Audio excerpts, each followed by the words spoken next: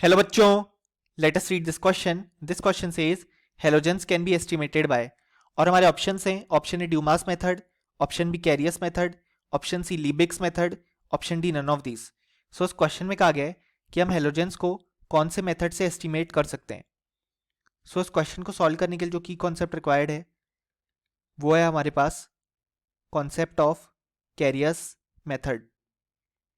अब यहाँ पे हमारे पास जो कैरियस मेथड होता है वो यूज किया जाता है for the estimation of halogens in an organic compound. अब यहाँ पे हम करते क्या हैं कि हम ऑर्गेनिक कंपाउंड लेते हैं जिसका हमारे पास जो मास होता है वो हमें पता होता है एंड इसमें हमारे पास हेलोजन प्रेजेंट है.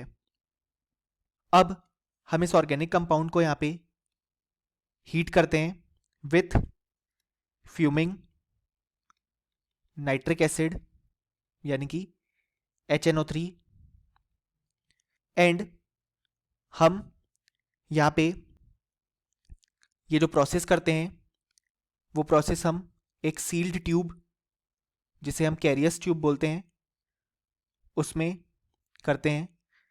और जब हम यहाँ पे ऑर्गेनिक कंपाउंड को हीट करते हैं विथ फ्यूमिंग नाइट्रिक एसिड तो हम यहाँ पे उस समय कुछ क्रिस्टल्स ऑफ AgNO3 भी डालते हैं इन दी सील ट्यूब. सो अब होता क्या है, हीट करने के बाद यहाँ पे हमें प्रेसिपिटेट फॉर्मेशन देखने को मिलता है of the halogens with silver जिसका फॉर्मेट हम लिख सकते हैं AgX जहाँ पे X रिप्रेजेंट कर रहा है हेलोजन को. अब यहाँ पे ये जो हमारे पास प्रेसिपिटेट फॉर्म होता है इसे हम वॉश करते हैं, देन ड्राई करते हैं एंड देन हम इसे वे करते हैं. अब इसके बाद यहाँ पे हमें जो गिवन ऑर्गेनिक कंपाउंड है उसका मास पता होता है जैसा कि हमने स्टार्टिंग में लिया एंड यहाँ पे जो सिल्वर है उसका भी मोलर मास हमें पता है 108 ग्राम.